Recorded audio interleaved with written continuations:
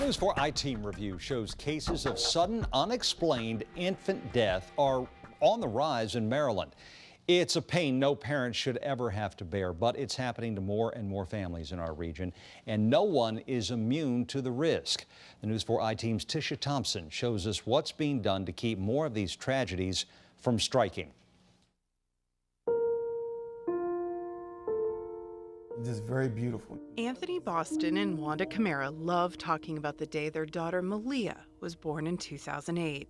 I was like, she's tiny. In her 30s and ready for another baby, Wanda says the pregnancy was easy. Malia was their second child. False sense of security because I've done this before. We never saw anything coming. She was almost 3 weeks from my birthday. From her first birthday. Wanda and Anthony say it was a cold night in January. Malia had a cough.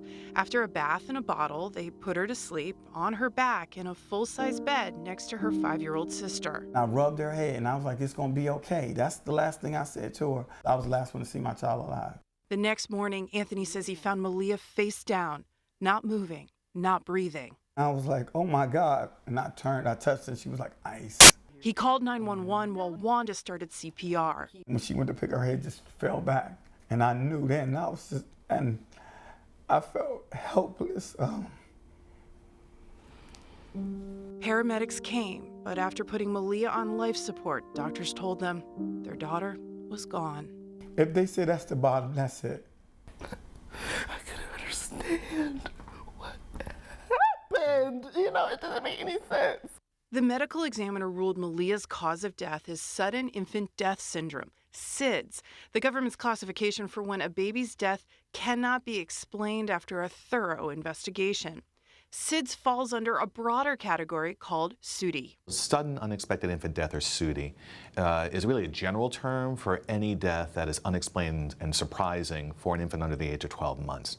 Dr. David Rose is the deputy health officer for Anne Arundel County, where the News 4 I-Team found SUI-D have quadrupled to 8 deaths already this year. While that number is small, it's very significant for us, for public health, to act. Because the I-Team also found at least 50 reports of SUI-D deaths statewide in 2014, the most recent numbers from Maryland's Child Fatality Review Team, making SUI-D the leading cause of infant deaths in the state for the first time. It truly does happen to everybody. And so while there are risk factors, we want everybody to know that they do have a part in this and that they can protect their babies themselves. Dr. Rose says they're fighting to combat the perception that this is a tragedy that only impacts young, low-income parents of color without access to a crib.